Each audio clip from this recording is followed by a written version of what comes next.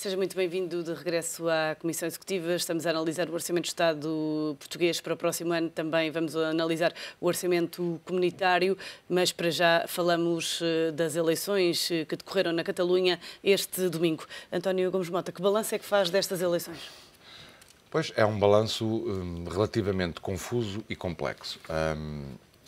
Claramente, nestas eleições, jogava sobretudo pelo partido maioritário da Catalunha, a CiU, do Artur Mas, quase um plebiscito relativamente ao seu propósito de seguir rapidamente o caminho da independência.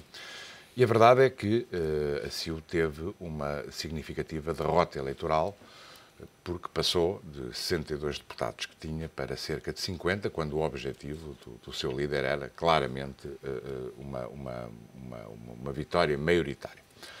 Mas vale a pena nós contextualizarmos estas eleições da Catalunha com alguma aprendizagem de algo similar que também aconteceu em Espanha. Se tivermos um bocadinho de memória, entre 2005 e 2008, no País Basco, e o Partido Nacional Basco, que era claramente o partido maioritário que era liderado pelo Ibarretxe na altura, também seguiu uma deriva independentista muito parecida com esta, que curiosamente foi sucessivamente derrotada. Foi derrotada na Assembleia Nacional Espanhola, as suas propostas, no Tribunal Constitucional e, inclusive, nos próprios resultados de eleições que se seguiram, em que, pela primeira vez, ao fim de muitos anos, o próprio Partido Nacional Basco foi desalojado do poder através de uma coligação do PS e do PP. E a verdade é que hoje, o atual líder desse mesmo Partido Nacional Basco, de nome Urkullu, tem uma agenda completamente diferente. Procurou-se distanciar tanto quanto possível deste processo eleitoral da Catalunha, fala muito pouco em independência, claramente procura muito mais o caminho da autodeterminação e do federalismo, e claramente para ele, e vamos ter eleições no País Basco dentro de alguns meses, na sua agenda há duas grandes preocupações, que é a resposta à crise económica e, de alguma forma, a consolidação do Estado pós-terrorismo. E, portanto, quis se distanciar o mais possível deste problema catalão. E a verdade é que a Catalunha parece aparentemente dar uma resposta relativamente parecida. Agora, e voltando em concreto à Catalunha, temos ali um problema muito complicado. Porquê? Porque há uma maioria clara de dois partidos que defendem o caminho da independência, a CiU e aquele que foi o grande vencedor destas eleições, que foi a esquerda republicana catalã. Portanto, ambos os partidos, que no seu conjunto têm mais de 70 deputados, têm, de facto, um papel preponderante nas decisões a tomar. Ora, só que há um pequeno problema. É que a esquerda republicana catalã, de inspiração marxista, é totalmente contra o plano económico em curso na Catalunha de recuperação económica. E o seu líder máximo já publicamente referiu que, sim, senhora, está de acordo em se aliar à CiU para prosseguir a deriva independentista, desde que todo o programa económico que tem estado a ser implementado seja completamente revisto e, portanto, passe para uma perspectiva diferente. Para ajudar à festa, há um terceiro partido, que é muito simpaticamente designado por os ecossocialistas, porque é uma conjugação de ecologistas e socialistas, que é o ICV, que tem como fonte de inspiração o famoso Syriza grego, que diz que, sim senhora, também a independência lhe parece razoavelmente bem, mas então o programa económico tem que ser revisto de fio a pavio. Bom, e a verdade é que antes de qualquer caminho para a independência é preciso haver um governo. E, de facto, é muito difícil, com este conjunto de partidos, ao qual vale a pena somar ainda os outros dois relevantes, que é o PP e o Partido Socialista, que são muito mais prudentes no caminho da independência, mas, em contrapartida, apesar de tudo, têm uma maior proximidade com o programa económico em curso. E, portanto, é como nós tivéssemos dois caminhos divergentes, ou seja, e que não é possível juntar. Há, por um lado, coligações fáceis de fazer a nível de prosseguir o caminho da independência, mas não é possível, com essas coligações, prosseguir o caminho da recuperação económica, da austeridade que está em curso na Catalunha. Acresce ainda que a Catalunha tem também um outro problema, que é justamente mal comparado, a gente às vezes esquece, mas a Catalunha está para a Espanha um bocadinho como nós estamos para a Troika, ou seja, tem também em curso um processo de ajuda neste caso dentro do seu próprio país, e, portanto, no âmbito desse plano de ajuda, é preciso manter um determinado programa de austeridade do qual não pode fugir.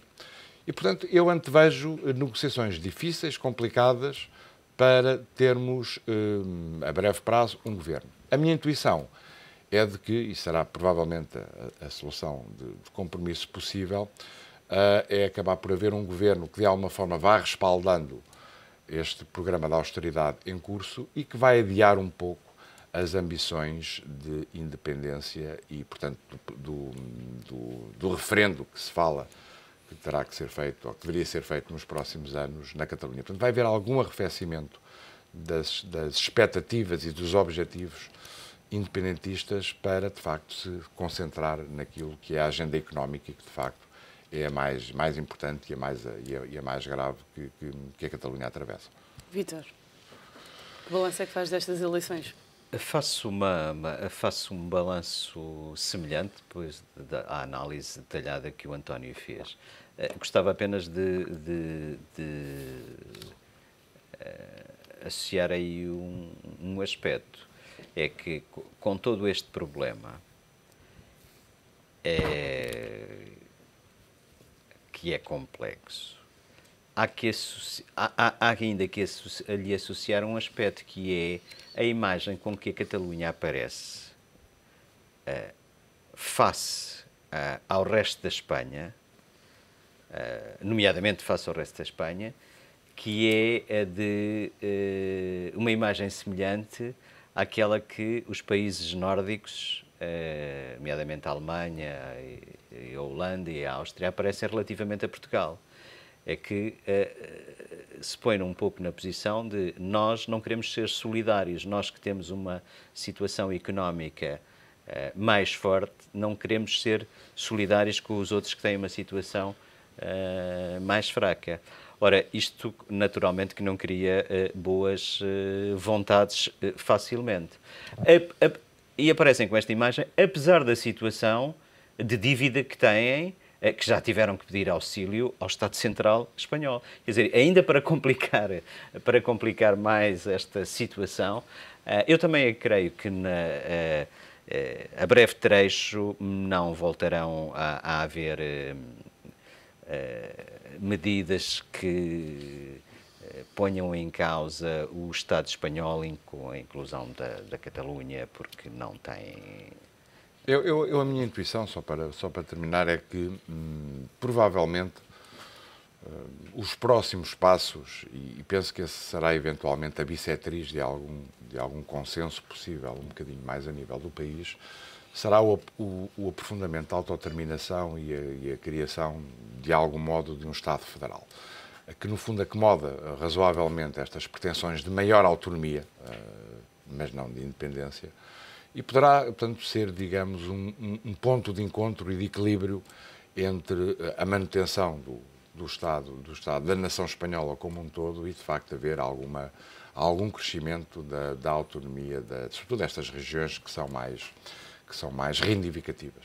Mas a verdade é que eu acho que a dimensão de independência perdeu muito gás, como referi há pouco, com a nova posição muito mais moderada do país, do Partido Nacional Basco, como sabemos, sempre foi a região de longe que liderou os movimentos de independência em Espanha. E, portanto, eu acho que vamos acabar por ter uma solução de algum compromisso que não elimina o problema, nada impede que ele no futuro venha a recrudescer e, portanto, que haja novas tentativas e ensaios na Catalunha ou noutro sítio qualquer de alguma independência, mas eu acho que vamos ter algum arrefecimento, sobretudo enquanto durar esta crise económica que acaba por limitar tudo o resto que queiramos fazer. Pode haver aqui um pormenor que não tem a ver com a Espanha, mas é a situação na Escócia. A Escócia vai ter um processo também para ver se avança para a independência, não avança para a independência.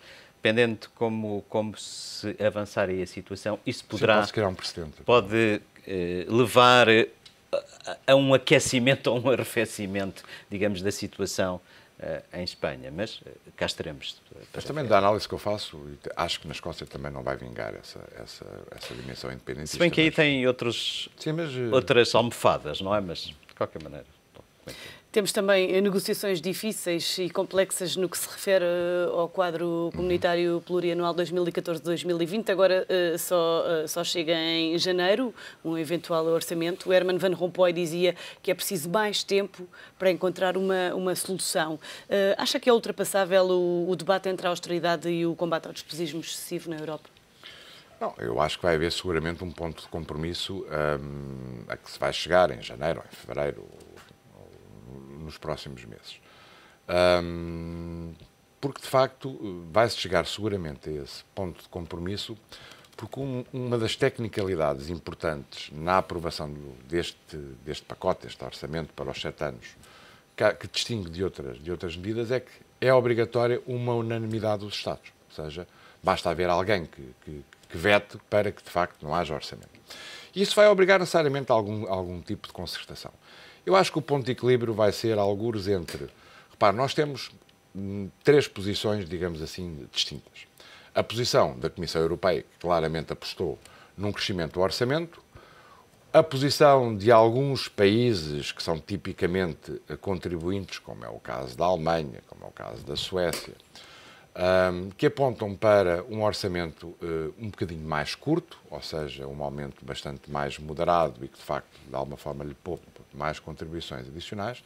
E depois há uma posição um bocadinho mais radical, que é a inglesa, que claramente não quer aumento nenhum e usa até como argumento, que também tem usado ao longo destes últimos anos, um ataque feroz à chamada eurocracia, ao custo da eurocracia, das remunerações dos funcionários, das reformas, etc. Bom, que é também um bocadinho, passa a expressão para inglês ver, não é? Isso obviamente poderá haver alguns cortes, alguns ajustamentos, mas não é isso que vai justificar a redução do déficit. Portanto, entre estas 3 posições, vai acabar por sair um número que não vai corresponder verdadeiramente à vontade de nenhuma destas posições divergentes, mas que vai ser um ponto de equilíbrio, estou certo, que vai ser encontrado nas próximas semanas ou meses. Portanto, não acho, independente de muitos soundbites, vai acabar por chegarmos a um ponto parecido. Aliás, deixe-me em 30 segundos dizer, que nós às vezes não temos memória, mas há 7 anos atrás aconteceu exatamente a mesma coisa, com os personagens quase iguais. E, portanto, também aquilo que acabou por ser aprovado em termos de pacote não foi o que nenhuma das partes verdadeiramente queria, mas é o ponto de compromisso possível. Portanto, eu dessa agenda acho que nada de muito importante vai acontecer. Vítor Gonçalves, é preciso fazer a síntese de todas estas posições para termos orçamento comunitário para os próximos 7 anos?